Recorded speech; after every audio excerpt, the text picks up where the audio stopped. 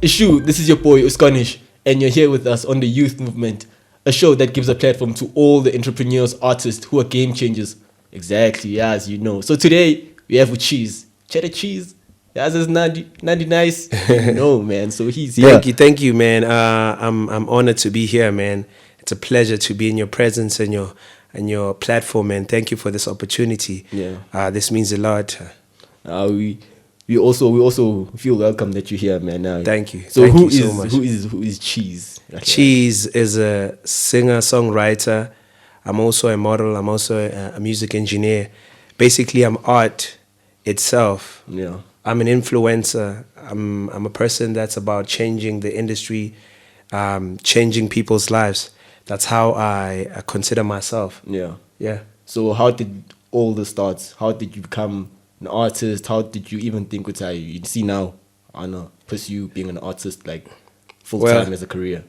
Well, that's a good question because when I was growing up, I grew up around people who are very creative, and also just growing up in a space of a church. You know, growing up in a church whereby you are singing, and you meet up with different types of talents and stuff. I grew up in a church, so as growing up, I started to realize that this was the only consistent thing in my life. Yeah. This was the only thing that was more resonant in my whole space, you know. Yeah. So I decided, you know what, let me try it out. But it was just something I was trying out.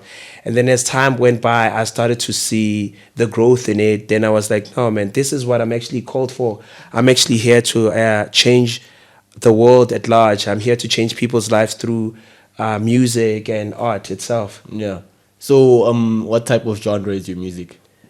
So far, I'm a piano, I do R&B, I do trap soul. Yeah. But I'm a musician at large because I've worked with people who do jazz also. Yeah. I like more soul. I've worked with people who do Afro pop and stuff. So I'm very versatile when it comes to music because to me, music is like an expression, and I don't like to limit myself as a person. Yeah. Yeah. So how did everything start with the beats and stuff? Because getting the income for that, or getting the investments to actually go to a studio or start. Yeah, with the beats. and it's actually a funny story because when I was in my room, there was a time where I was like depressed for like a whole year straight. I was like sitting in the house, you know, I didn't know what to do, and music was the only thing that really I could express myself in, you know. Yeah. I just started making beats, you know,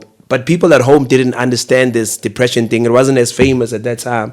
So yeah, it was just something that I was like, okay, you know what, this is my release, this is my way of expressing myself.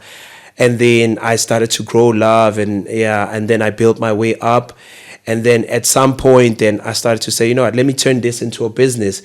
It started off very slow because, you know, when you're putting out something new to the market, people sometimes push it away. You know, they reject it because they don't understand what you're actually presenting to them. Yeah. And then, you know, I went to other producers, started to link up with them just to find out how is it that they do things and how they move. You know, and then they taught me the business side of selling beats, you know, and how I could actually incorporate it in my music, you know what I'm saying, in terms of mixing and whatever. And then most of these things I learned because, you know, there were many disappointments in my career whereby maybe if I needed a beat, a producer would take time to deliver the beat. Yeah. They would take hours to actually give me the work. So I decided, you know what, let me learn everything. Let me learn how to produce. Let me learn how to, so that, you know, in case I am in a surrounding of producers, I can be able to contribute. And also, in case there's no one to help me, I can actually put out the work. Yeah. Nah, man, I definitely get you. So we all have friends, and we all have friends who are enemies. You get what I'm saying? Yeah. So how did your friends actually take you going up in life? Oh man, because there's surely those backlashes, those backstabbers, and there's also those people who actually push you forward and say, nah man, we're behind you. And there's also those ones who are like, you know when, let me just put it in this way, when God gives you a vision, when he gives you a purpose in life, a lot of people won't see what you see. Yeah. You know, it's only relevant to you, relative to you. So a lot of people were became distant. The more I became successful at what I do, they became distant. The more I started achieving, they became more distant. And in the beginning, some of the people were not even interested in what I was doing. And then when I was gradually picking up, I started to have a lot of people. But the higher you go, the more you lose people. Yeah. The more you lose friends, the more you lose relatives. People are very close to you. And as an artist, it's like a test for you. Yeah. You know, you are placed in a position where you have to elevate or degrade. Yeah. Because there are people at the bottom who are pulling you down, and people who are above you, they're saying, "Don't come up." Yeah. So it's just a battle, because you can't go down to your friends. Your friends can't level up to you, and as well, you can't go up because people who are above you, they're trying to push you below because they want to share the platform alone with their friends. You know, those are the challenges I was facing. Yeah. And I'm still facing even now. Yeah. So how did your community take it? You know, there's Uchi's Ekasi, and he's an artist. He's going to represent us as a community, as Ikasi, as a whole. He's there just to put a face for us. Okay, at first they were negative. I don't wanna lie. I don't know. Maybe it's because a prophet is never honored in his town. Yeah. I was performing outside my hood, and there was no love. There was no. I didn't have a single show at my. It took me close to 3 years, 4 years, not having a single show where I live. You actually performing in your hood. Yo. I was performing outside, you know, where I live in Tepisong. I was performing in Braamfontein, you know, Soweto, showed me love. There was a whole lot of places that were showing me love except where I was from. And I felt like an outcast. I felt like, you know, that child that was kicked out of the house. Yeah. But I had to prove my point, you know. In order to prove my point, I had to go out there and do it. Because where I'm from, people have the mindset of saying that you have to achieve somewhere else before you can be great, before they can actually take you seriously. You know what I'm saying? Yeah. So I had to prove my point. And now I'm at a level where I'm mostly booked where I'm from than outside. Yeah. So it's actually great. No, I feel you. So what should we expect from Cheese in the music industry? What's happening?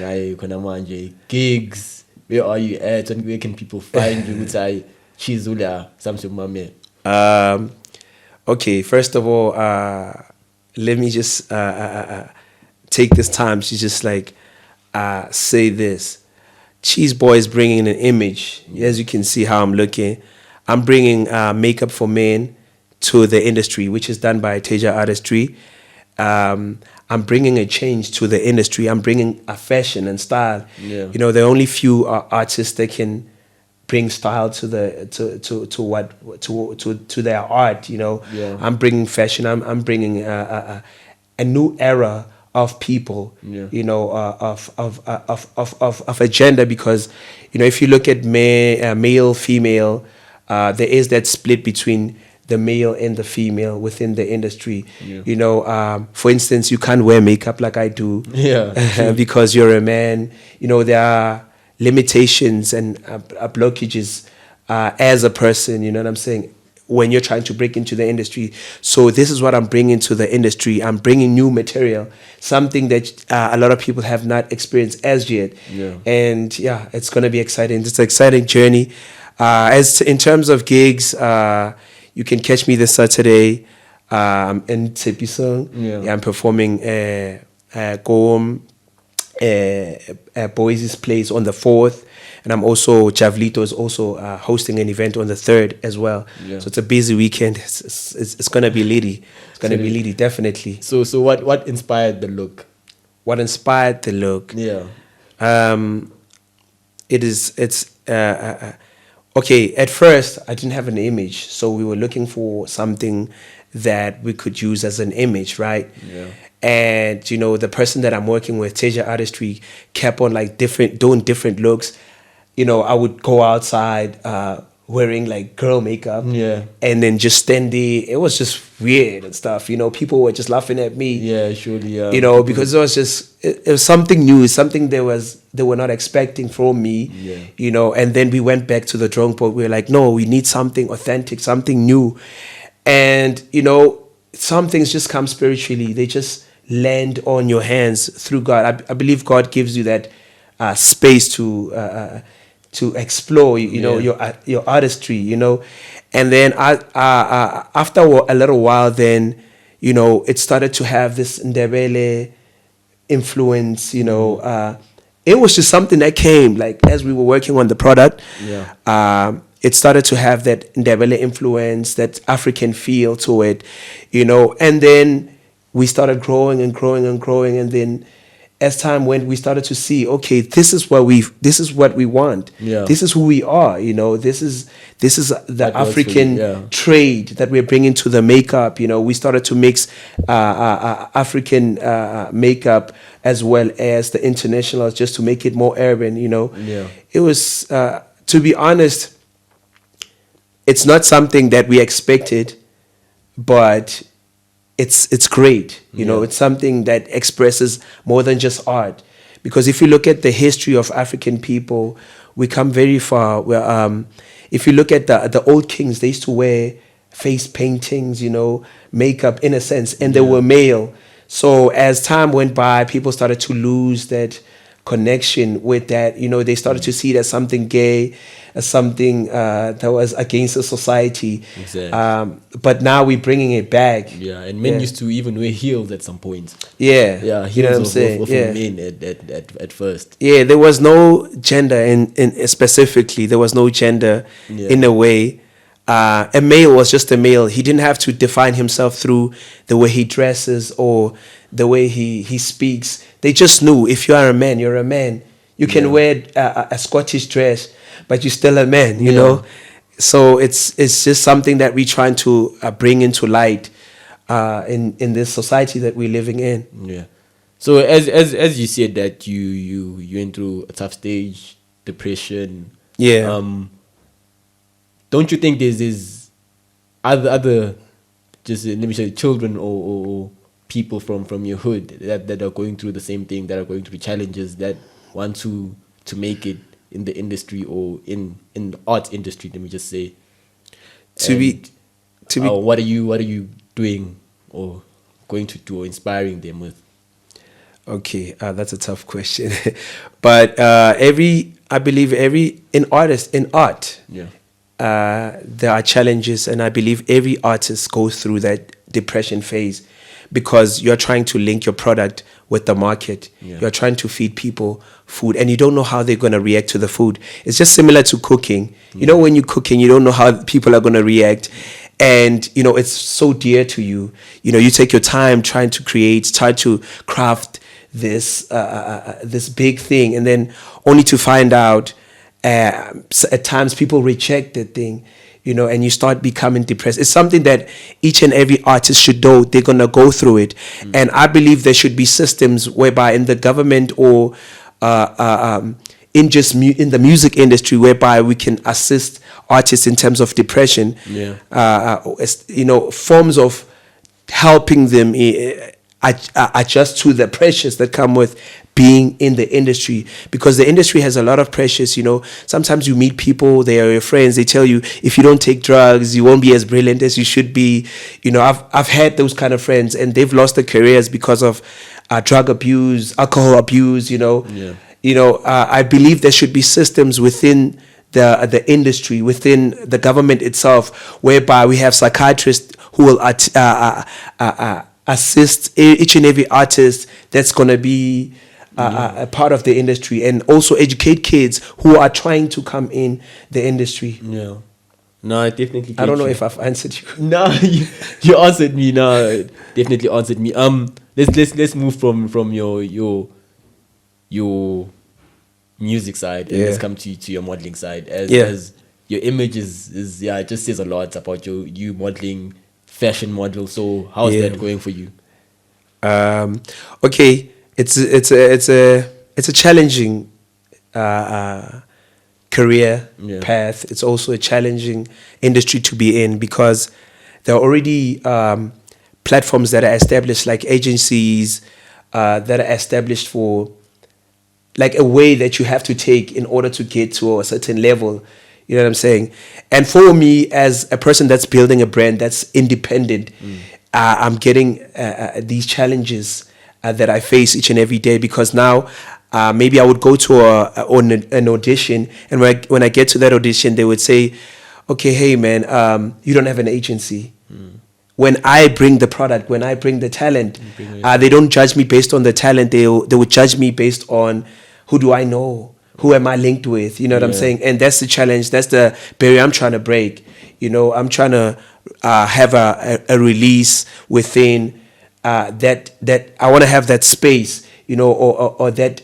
Let me just say that hole whereby models can be able to be independent, freelancers. Yeah. I want that space for them because I feel like they're closed off. You know, the whole industry is pushing them backwards. They're not actually giving them the actual space to be free. You know, we are held down by companies, we are held down by agencies, and you know, when it comes to finances, you know, we need that breakthrough as models.